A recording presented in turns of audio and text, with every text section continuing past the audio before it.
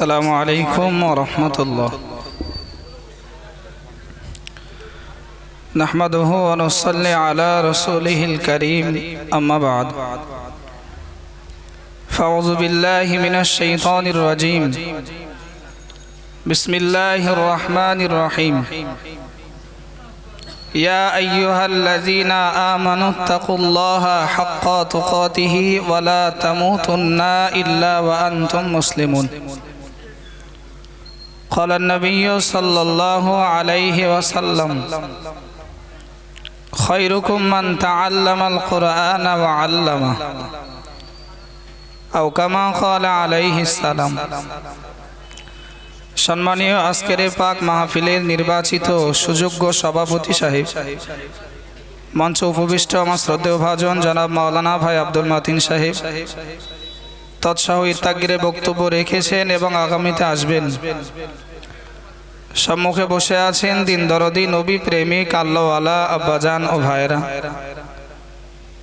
পর্দার অন্তরালে অবস্থিতা এবং মাইকের আওয়াজে কান লাগানো আমার স্নেহাময়ী মমতাময়ী ধার্মিকা মা ও বোনেরা, সকলকে মোবারকবাদ জানিয়ে সর্বাগ্রাহে শুকরিয়া জ্ঞাপন করছি সেই মহান আল্লাহ পাক রব্বুল আলামিনের, যে আল্লাহ পাক রব্বুল আলামিন আমাদেরকে অসুস্থ বানিয়ে হসপিটালের বেডে বা বাড়ির বিছানাতে শুইয়ে না রেখে বালতি আমিনিয়া সিদ্দিকিয়া মাদ্রাসার বাৎসরিক ইসালে সওয়াবের প্রথম দিনে বসিয়ে কিছু বলার এবং শোনার তৌফিক দিলেন, তারই শুকরিয়া স্বরূপ সকলে একবার উচ্চ কণ্ঠে বলি আলহামদুলিল্লাহ। তারই পরে পরে সরকারে দো আলাম বিশ্ব নবীর প্রতি জানাই লাখো কোটি দরুদ ও সালাম। সকলে ভক্তি ভরে বলি সাল্লাল্লাহু আলাইহি ওয়াসাল্লাম। বাবু, সময় খুবই সংক্ষেপ। কোরআনের একটি আয়াত পড়েছি, একেবারেই পরিচিত, এবং ছোট্ট একটি হাদিসের টুকরাও পড়েছি। বাবু, কোরআনের ভিতরে মহান আল্লাহ পাক রব্বুল আলামিন বললেন, ইয়া আইয়ুহাল্লাযীনা আমানু। খুব সংক্ষিপ্ত সময় বলবো, কথার দিকে ধ্যান দেওয়ার জন্য অনুরোধ করছি। বাবু, আয়াতের তাফসিরে, আয়াতের ব্যাখ্যা, এই আয়াতের সম্পর্কে বহু নসিহত আপনারা অলরেডি শুনেছেন, তথাপি আলাদা একটা উদ্দেশ্য নিয়ে আয়াতটি পড়েছি। মহান আল্লাহ বললেন, হে আমার বিশ্বাসী বান্দারা, হে আমার ইমানদার বান্দারা, ইত্তাকুল্লাহ, তোমরা আমাকে ভয় করো, হাক্কা তুকাতিহি ওয়া লা তামুতুন্না ইল্লা ওয়া আনতুম মুসলিমুন। ভয় করবে তাই না, ভয় করার মতো ভয় করো, এবং তত সময় মরো না যত সময় পর্যন্ত তুমি পরিপূর্ণ মুমিন মুসলমান না হও। বাবু, আমার একটি প্রশ্ন, দয়া করে বলবেন, আল্লাহ বললেন তো ইমানদারদের, তাই না বাবু? আল্লাহ বললেন ইয়া আইয়ুহাল্লাযীনা আমানু, ইমানদারদেরকে আল্লাহ বললেন আমাকে ভয় করো। আবার বললেন ভয় করার মতো ভয় করো, এবং তত সময় মরো না যত সময় তুমি পরিপূর্ণ মুমিন মুসলমান না হও। বাবু, জানবেন, মুমিনদেরকে লক্ষ্য করে আল্লাহ আবার যখন বললেন, নিশ্চিত এর ভেতরে ব্যাপক একটা উদ্দেশ্য লুকিয়ে আছে। আমরা জানি ইবলিস শয়তান কোনোদিন একজন বেঈমানকে ধোঁকা দেওয়ার চেষ্টা করে না, তাই না বাবু?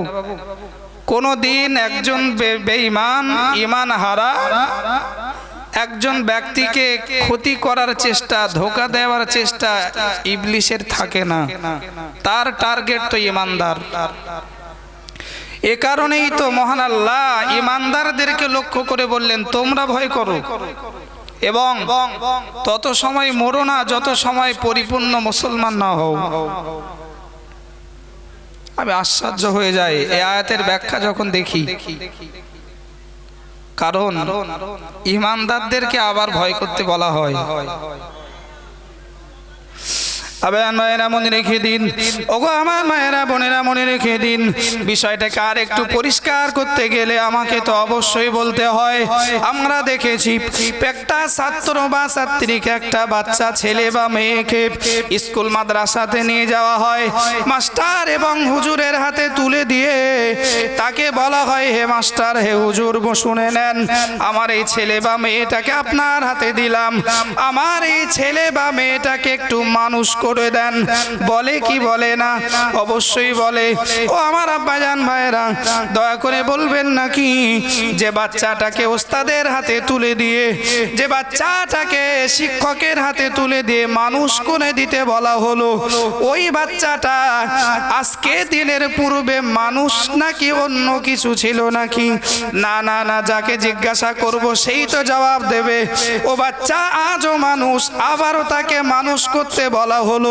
কারণ হলো একটাই, ওই বাচ্চাটা দেহ গঠনে মানুষ হয়ে জন্মেছে, কিন্তু না না না, বাস্তবে মানুষের পরিচয় যদি পেতে হয়, তার কালচার, তার চরিত্রে, তার চলনে, তার বলনে, তার আখলাক এবং এখলাসে মানুষের কালচার গুলো থাকা লাগবে।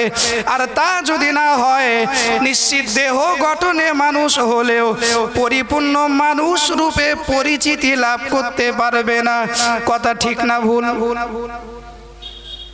কথা বলেন ঠিক। কারণ একজন মানুষ দেহে যদি হাত পা মুখের গঠন মানুষের মতো দেখায়, তখনই সে মানুষের পরিচিতি লাভ করে অলরেডি।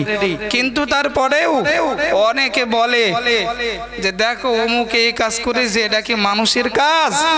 তাকে মানুষ হওয়ার পরেও দেহ, হাত পা, রক্ত, মাংস, মুখ সব কিছু পরিচয় দেয় সে মানুষ, তারপরেও তাকে অনেক সময় মানুষ থেকে দূরে সরিয়ে অমানুষ বলে পরিচয় দেয়, কারণ তার চরিত্র। আবেন মায়েরা মনে রেখে দিন, ওগো আমার মায়েরা বোনেরা মনে রেখে দিন, আমি বোঝাতে চাইছি, আজকে মাদ্রাসার ইসালে সবে বসেছি, আজকে মাদ্রাসা বাড়ে, মসজিদ বাড়ে, একাধিক হাফেজ আলেম বেড়ে যায়। গ্রামে আগে একটা হাফেজ পাওয়া যেত না বাবু, একটা মাওলানা হার কেন্দ্র দিয়ে খুঁজে পাওয়া যায় না। এখন তো ঘরে ঘরে মাওলানা, তারপরেও পাপের ভাগ কমেছে না বেড়েছে?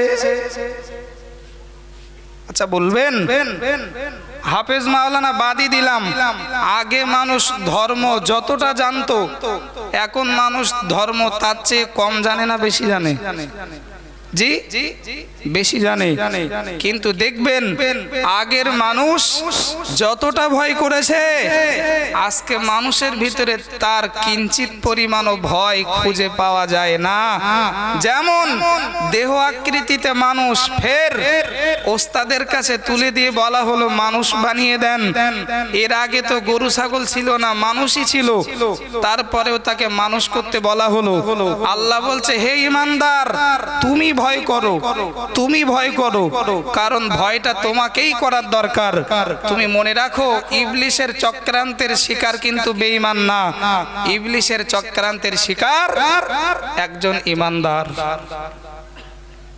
বাবু বলবেন, আজকে মাদ্রাসা শিক্ষার পেছনে যেমন ভালো দিকও আছে, জ্ঞান বাড়ার পেছনে যেমন ভালো দিকও আছে, আমাদের প্রচেষ্টার গাফিলতির কারণে, আমাদের প্রচেষ্টার গাফিলতি থাকার কারণে আমাদের এর কারণ একটা খারাপ দিকও হয়ে দাঁড়াচ্ছে, সেটা হলো ভয়। যত জ্ঞান আমরা অর্জন করছি, ভয় যেন দিন দিন তত আমাদের ভিতর থেকে কমে যাচ্ছে।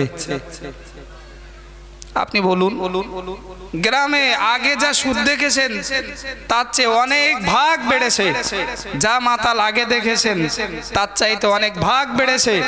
নামাজ পড়ে মানুষ যা পাপ করছে, আগে বেনামাজিরা অত পাপ করতো না। কারণটা কি? আবেন ভাইয়েরা মনে রেখে দিন, ওগো আমার মায়েরা বোনেরা মনে রেখে দিন, আমি আপনাদেরকে বোঝাতে চাইছি, বেয়াদবি নেবেন না, ভুল আমায় বুঝবেন না।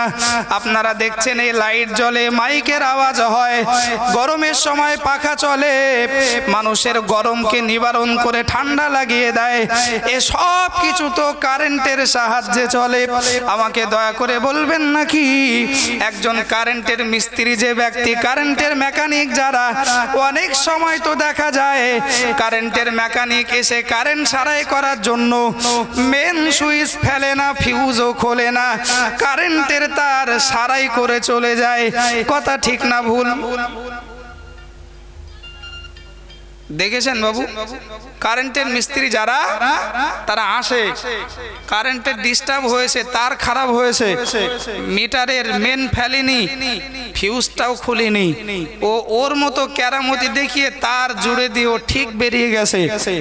কিন্তু ওরই মতো আর একজন মানুষ, সে কারেন্ট সম্পর্কে ভালো জানে না বাবু, দেখবেন ওই ব্যক্তিটা বাড়ির একটা তার, হাই ভোল্টেজ কিছু না, সাধারণ একটা তার জুড়বে, সাধারণ একটা তার জোড়ার জন্য মেন ফেলেছে, ফিউজ খুলেছে, তারপরেও সে তারটা জোড়ার সময় তার মনের ভেতরে একটা ধুকপুকুনি, যদি শর্ট লাগে হয় না, হয় না? আবেন ভাইয়েরা মনে রেখে দিন, ওগো আমার মায়েরা বোনেরা মনে রেখে দিন, ভুল আমায় বুঝবেন না, আমি বোঝাতে চাইছি কারেন্ট সম্পর্কে যে জানে, কারেন্টের ব্যাপারে জ্ঞান যার আছে, নিশ্চিত ওই মানুষটা অতটা ভয় করে না যতটা কারেন্ট সম্পর্কে না জানা ব্যক্তি ভয় করে। কারেন্টের মিস্ত্রিকে দেখতে পাওয়া যায় মেন ফেলে না, ফিউজ খোলে না, তারপরেও সারাই করে চলে যায়। আর একজন কারেন্ট সম্পর্কে না জানা ব্যক্তি, সে কারেন্ট জানে না বলে মেন ফেলেছে, ফিউজ খুলেছে, তারপরেও তার যেন একটা ভয়, যদি শর্ট লাগে। আমি আপনাদেরকে বোঝাতে চাইছি, মানুষ যত জানে তার ভিতর থেকে ভয় তত হ্রাস পায়, কমে যায়। কিন্তু এখানে একটা বিষয় আছে, আমার বাড়ি দত্তপাড়ায়, আমি দত্তপাড়া খতিববাড়ি মসজিদের ইমাম, আমার মহল্লার দুজন ব্যক্তি, দুজনেই কারেন্টের অফিসে কাজ করে। একজন 11,000 কারেন্টে শর্ট খেয়ে বাবু ব্যাপকভাবে কষ্ট পেয়ে মারা গেছে, ইন্তেকাল করেছে। আরো একজন ব্যক্তি আছে, সেও বাবু কারেন্টের শর্ট খেয়ে, সেও কিন্তু কারেন্টের অফিসে কাজ করে, কারেন্টের শর্ট খেয়ে যদিও বেঁচে আছে, কিন্তু তার জীবনের বিরাট মূল্য নেই। আমি বোঝাতে চাইছি, আপনার ভেতরে কারেন্টের জ্ঞান আছে, হতে পারেন আপনি কারেন্টের অফিসের চাকরিদার, তারপরেও যদি আপনি সাবধান না হন, ভয় যদি আপনার ভেতরে না থাকে, নিশ্চিত মনে রাখবেন কখন ভুল করে 11,000-এর তার আপনার মাথায় লেগে আপনার জীবন ছারখার করে দেবে, আপনি বুঝতেও পারবেন না। কেন এ কথা বললাম?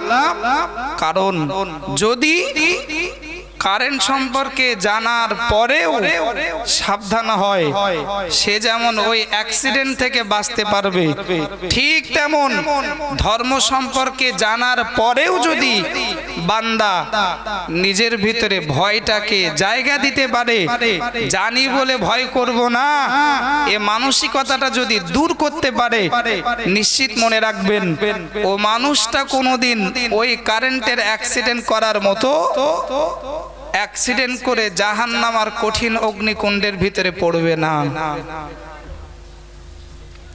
আমি বোঝাতে চাইছি, দিন বাড়ছে, মাদ্রাসা বাড়ছে, মসজিদ বাড়ছে, সব বাড়ছে, মাধ্যম বাড়ছে, ওয়াজ বাড়ছে, মানুষের জ্ঞান বাড়ছে, কিন্তু ভয়টা কেন কমছে? আর ভয় কমার ফলে ক্ষতিটা হচ্ছে কোথায়? আবেন ভাইয়েরা মনে রেখে দিন, ওগো আমার মায়েরা বোনেরা মনে রেখে দিন, একেবারেই শেষ কথা বলছি বাবা। আমরা ইবলিশ সম্পর্কে জানি, ইবলিশের পরিচয় আমরা জানি। ইবলিশ কোনো ফেরেশতা নয়, ইবলিশ কোনো মানুষ নয়, সে তো একটা জেনেদের বাচ্চা। কিন্তু না না না, তার এলেম এতটা বেড়েছিল, তার ইবাদতের পরিমাণ এত বৃদ্ধি পেয়েছিল, মহান আল্লাহ পাক রব্বুল আলামিন ওই জেনেদের বাচ্চা ইবলিশটাকে জেনেদের বাচ্চার জায়গা থেকে উঁচু সম্মান দিয়ে ফেরেশতাদের সরদার বানিয়েছে। আবায়ান ভাইয়েরা মনে রাখুন, ইবলিশ শয়তান সে তো জেনের বাচ্চা, আগুনের তৈরি, তারপরেও নূরের তৈরি ফেরেশতাদের সর্দার বানিয়ে দেওয়া হলো। কারণ তার এলেম, কারণ তার জ্ঞান, কারণ তার ইবাদতের পরিধি। কিন্তু না না না, ওই মানুষটাই আবার আতার অহংকার এবং গাফিলতির কারণে সেই ফেরেশতাদের সরদার থেকে আবারও শয়তানদের রাজা হয়েছে। তাই না বাবু? ইবলিশ জেনেদের বাচ্চা, তারপরেও এত ইবাদত করেছে, এত এলেম হাসিল করেছে, ধর্ম সম্পর্কে এত জ্ঞান অর্জন করেছে, ইবাদত করে আল্লাহকে এত খুশি করেছে, আল্লাহ পাক বাধ্য হয়েছেন ফেরেশতাদের সর্দার একটা জেনের বাচ্চাকে বানাতে।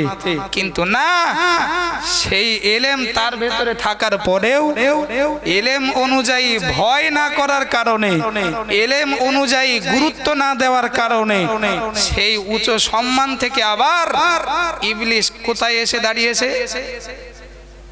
বাবু বলেন? শয়তানদের রাজা। আমি বোঝাতে চাইছি আজকে জ্ঞান আমাদের 16 আনা। বাবু বলবেন, এই যে আমি বলেছি, আমার আগে একাধিক মাওলানা বলেছেন, আমার পরেও 4-5টা আলেম তারা আপনাদের সম্মুখে আলোচনা রাখবেন। আচ্ছা, বক্তব্যের বিষয় এক না আলাদা? একটু কথা বলে। বিষয় তো এক, কোরআন তো 4-5টা না, কোরআন একটা, হাদিস তথা নবীর বাণী সেও তো একরকম। এক এক আলেম এক এক রকম ভাবে বোঝায়। দুর্বল ঘাটতিটা কোন জায়গায়? মুখে মুখে ভয়ের কথা বিরাট বলছি, কিন্তু বাস্তবে ভয় নেই। যার কারণে আপনি মনে রাখবেন, সেই ইবলিশের এলেম কম ছিল না। এ কথাটা আমি বলছি না, আমাদের বনগা পীর সাহেব হুজুর কেবলা প্রায় জিকিরের মজলিসে তিনি একটা কথা বলতেন, বাবা তোমরা জানো মানুষের এলেম দেখে মানে ধোকা খেও না, কারণ এলেম কিন্তু ইবলিশের কম ছিল না। আবেন ভাইরা মনে রেখে দিন, আমি আপনাদেরকে বোঝাতে চাইছি বাবা, আজকে যত মানুষ দুনিয়ায় রয়েছে, হালাল হারাম, জান্নাতের রাস্তা, জাহান্নামের রাস্তা সবাই তো জানে। কিন্তু না না না, তারপরেও কেন মাইক ভাড়া করে বক্তা ডেকে এনে মানুষকে নামাজের জন্য বোঝাতে হয়? যার নামাজ তারই তো জান্নাত, যে নামাজ পড়বে না সেই তো জাহান্নামে যাবে, হিসাবটা তো তার। কিন্তু না না না, আর একজন মানুষ এসে তার নিজের ভালো তাকে আবার বোঝাতে চাইছে। এর কারণ তো একটাই, গাফিলতা এবং গাফিলতা।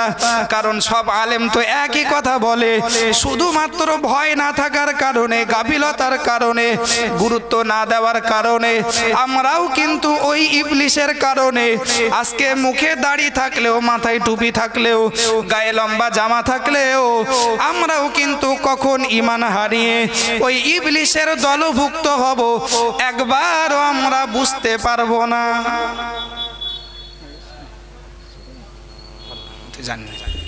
যাই হোক, আমার বক্তব্যের সার কথা বাবু, ভয় মুখে বললে হবে না। বিশ্বাস করেন, দিনের জ্ঞান অনেক বেড়েছে মানুষের, কিন্তু ভয়টা অনেক কমে গেছে।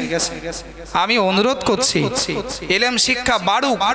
এলেম জানার পরে যদি ভয় করেন, নিশ্চিত ওই কারেন্টের অফিসে কাজ করা ব্যক্তিটা যেভাবে অ্যাক্সিডেন্ট করে মারা গেছে, আপনাকে ওইভাবে অ্যাক্সিডেন্ট করে জাহান্নামায় জ্বলতে হবে না।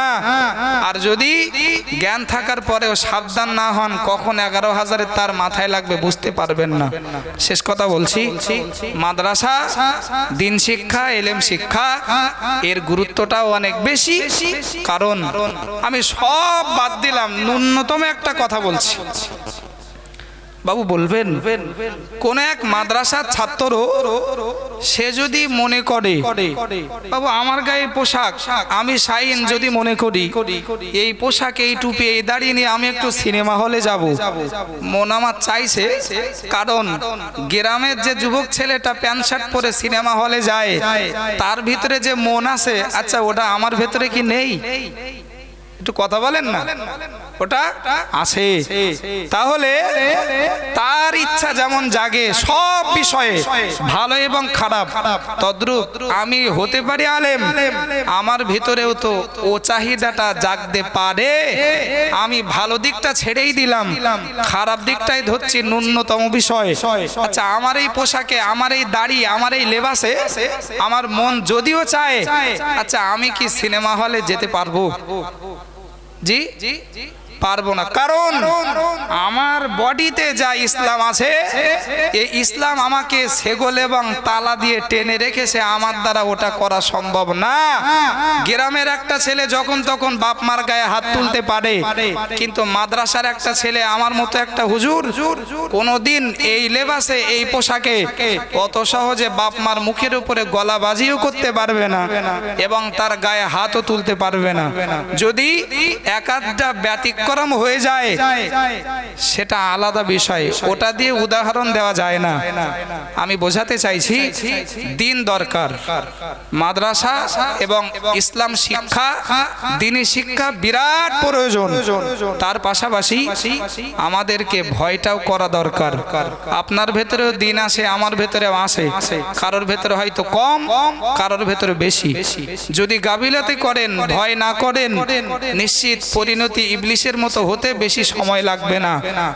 এ মাদ্রাসার দিকে সকলে খেয়াল রাখবেন। আমার বিশেষ অনুরোধ এই পর্যন্তই। যা দু একটা ছড়িয়ে ছিটিয়ে কথা বলেছি, যদি কোনো ভাষাগত ত্রুটিতে আপনারা ব্যথা পেয়ে থাকেন আল্লাহর রাস্তে মাফ করবেন। কোরআন এবং হাদিসের কোনো ত্রুটি দরবারে ইলাহিতে যদি ধরা পড়ে আল্লাহ যেন ক্ষমা দৃষ্টিতে দেখেন। সকলে একটু উচ্চ আওয়াজে দরুদ শরীফ পড়েন। আল্লাহুম্মা